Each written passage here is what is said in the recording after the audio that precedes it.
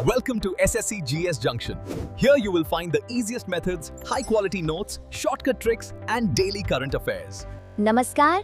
भारत को एक महान राष्ट्र बनाने का जो सपना है वो हमारे संविधान में कहाँ लिखा है, आज हम उसी हिस्से को समझने वाले हैं। संविधान का पार्ट 4 जो हमारे देश के लिए आप कह सकते हैं एक नैतिक दिशा निर्देश की तरह है। तो चलिए शुरू करते हैं।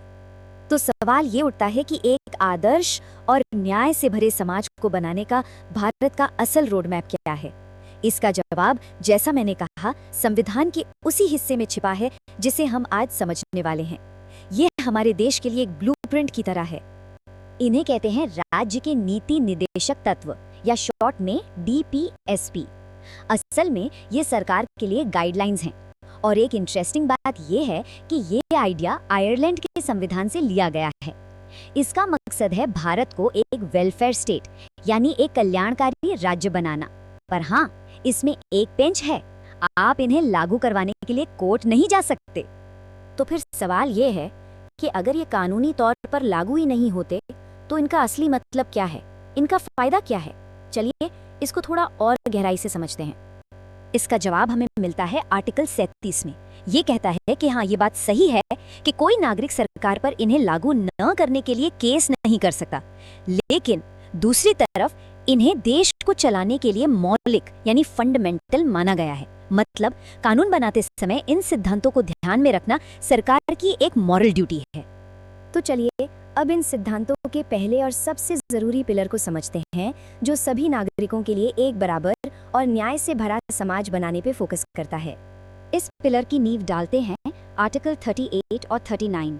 ये राज्य को एक ऐसा सोशल सिस्टम बनाने का लक्ष्य देते हैं जहां सबको न्याय मिले।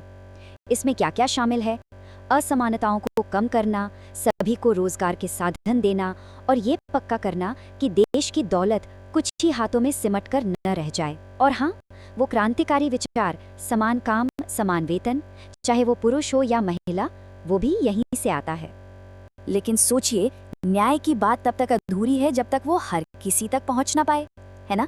इसी कमी को पूरा करता है आर्टिकल 39A। ये पक्का करता है कि गरीबी या किसी और वजह से कोई भी इंसान न्याय पाने से पीछे ना रह जाए, और इसके लिए लाया गया मुफ्त कानूनी सहायता का प्रोविजन। और एक बात जानना यहाँ बहुत जरूरी है कि ये जो मुफ्त कानूनी सहायता का सिद्धांत है, ये हमारे मूल संविधान में नहीं था। इसे 1976 में 42वें संविधान संशोधन के जरिए जोड़ा गया था, जो इंडियन कॉन्स्टिट्यूशन के सबसे अहम संशोधनों में से एक माना जाता है। अब बात करते हैं उन सिद्धांतों की जो हमारे देश के कामगारों यानी वर्कर्स की डिग्निटी और सेफ्टी पक्की करते हैं।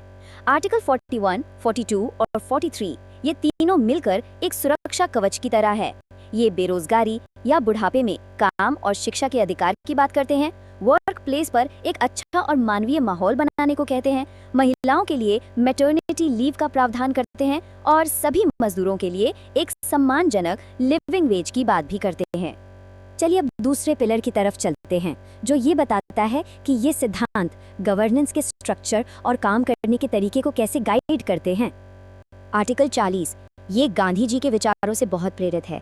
ये लोकतंत्र को एकदम जमीनी स्तर तक यानी ग्रास रूट्स लेवल तक ले जाने की बात करता है। ये राज्य को निर्देश देता है कि वो गांव में पंचायतें बनाए और उन्हें इतनी पावर दे कि वो आत्मनिर्भर होकर काम कर सकें। सही मायनों में सत्ता को सीधे जनता के हाथों तक पहुंचाना। सोचिए, एक मजबूत लोकतंत्र के लिए क्या जरूरी है? एक आजाद न्यायपालिका, राइट? इसी को पक्का करता है आर्टिकल 50। ये कहता है कि राज्य को न्यायपालिका को कार्यपालिका से अलग रखना होगा। सीधे शब्दों में कहें तो जजों के काम में सरकार की कोई दखलंदाजी नहीं होनी चाहिए ताकि न्याय हमेशा निष्पक्ष रहे। और अब आते हैं तीसरे और आखिरी पिलर पर। इसमें वो सिद्धांत है जो एक मॉडर्न, मानवीय और दुनिया के प्रति जिम्मेदार राष्ट्र बनाने का विजन रखते हैं। आर्टिकल 44 यानी यूनिफॉर्म सिविल कोड शायद इन सभी सिद्धांतों में सबसे ज्यादा चर्चा और बहस इसी पर हुई है।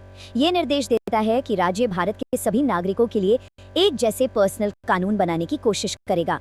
ये एक बहुत बड़ा लक्ष्य है जिस पर आज भी लगातार बात होती है। और इस ब्लूप्रिंट का विजन कितना बड़ा है ये देखिए। ये छोटे बच्चों की शुरुआती देखभाल और शिक्षा की बात करता है, तो वहीं खेती को साइंटिफिक तरीकों से मॉडर्न बनाने का भी निर्देश देता है। आर्टिकल 48A हमारे पर्यावरण और जंगलों की रक्षा को एक ड्यूटी बनाता है और आर्टिकल 51 भारत को दुनिया में शांति बनाए रखने की जिम्मेदारी देता है। ये सच में दिखाता है कि हमारे संविधान बनाने वाले कितने दूर की सोचते थे। अच्छा, इतने सारे आर्टिकल्स तो हमने देख लिए, पर अब सवाल ये है कि इस सारी जानकारी को याद कैसे रखा जाए। इतने सारे आर्टिकल्स और उनके अलग अलग विषय, इन्हें याद रखना थोड़ा मुश्किल लग सकता है ना? पर घबराइए नहीं, इसके लिए एक बहुत ही मजेदार तरीका है। इसके लिए एक कमाल की कहानी ट्रिक है जो इन सारे आर्टिकल्स को एक कविता की तरह बना देती है। सुनिए, 36-37 ने नियम बताए, 38-39 ने न्याय दिलाए। ये तरीका न सिर्फ याद रखने में बहुत आसान है, बल्कि ये इन सिद्धांतों के असली मतलब को भी बहुत खूबसूरती से पकड़ता है। इससे पता चलता है कि कैसे हर आर्टिकल एक बड़ी कहानी का हिस्सा है। तो चलिए इस चर्चा को एक सवाल के साथ खत्म करते हैं।